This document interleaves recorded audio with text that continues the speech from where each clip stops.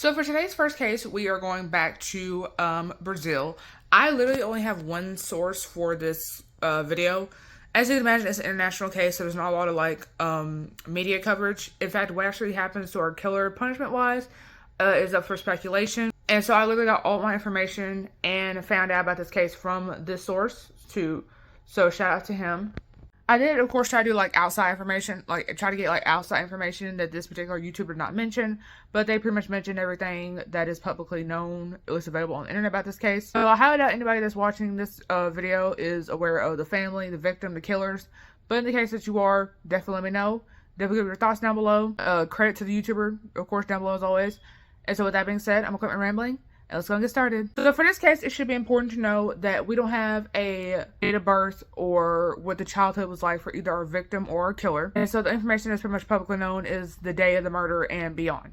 So we're just going to jump right into the day of the murder. So on the fateful day of April 4th, 2019, there's an 18-year-old girl named Karina, and then she has this younger brother named Mike. So basically, their mother, so they have the same mother at least, she goes to the store. Of course, Karina being an adult, and obviously Mike being a child, he don't even by himself. She asked Karina, hey, can you watch your brother while I'm at the store?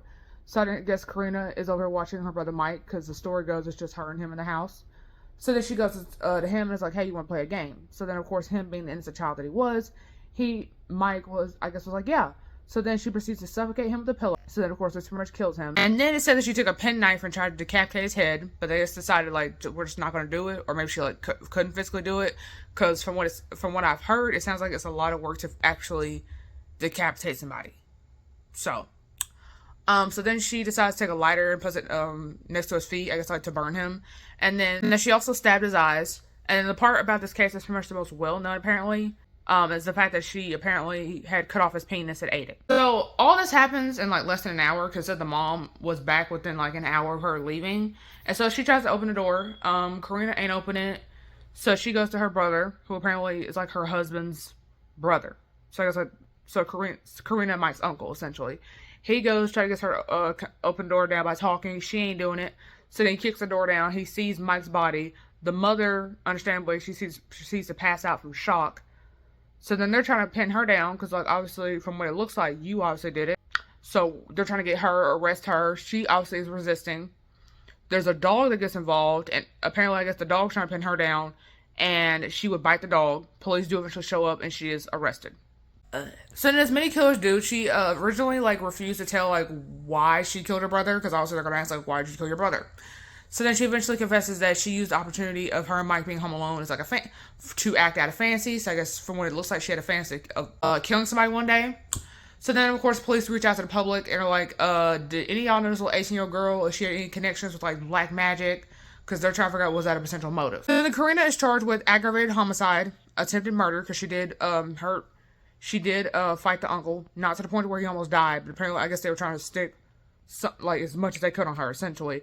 Concealing of corpse, because apparently because of the gruesome way she treated Mike's body, and then biting the dog. So then defense would basically try to say that she has schizophrenia, and of course, if you're mentally ill, at least over in the States, they try to give you a lighter sentence, but of course, like I said, it's over in Brazil, so I don't know how they treat that over there.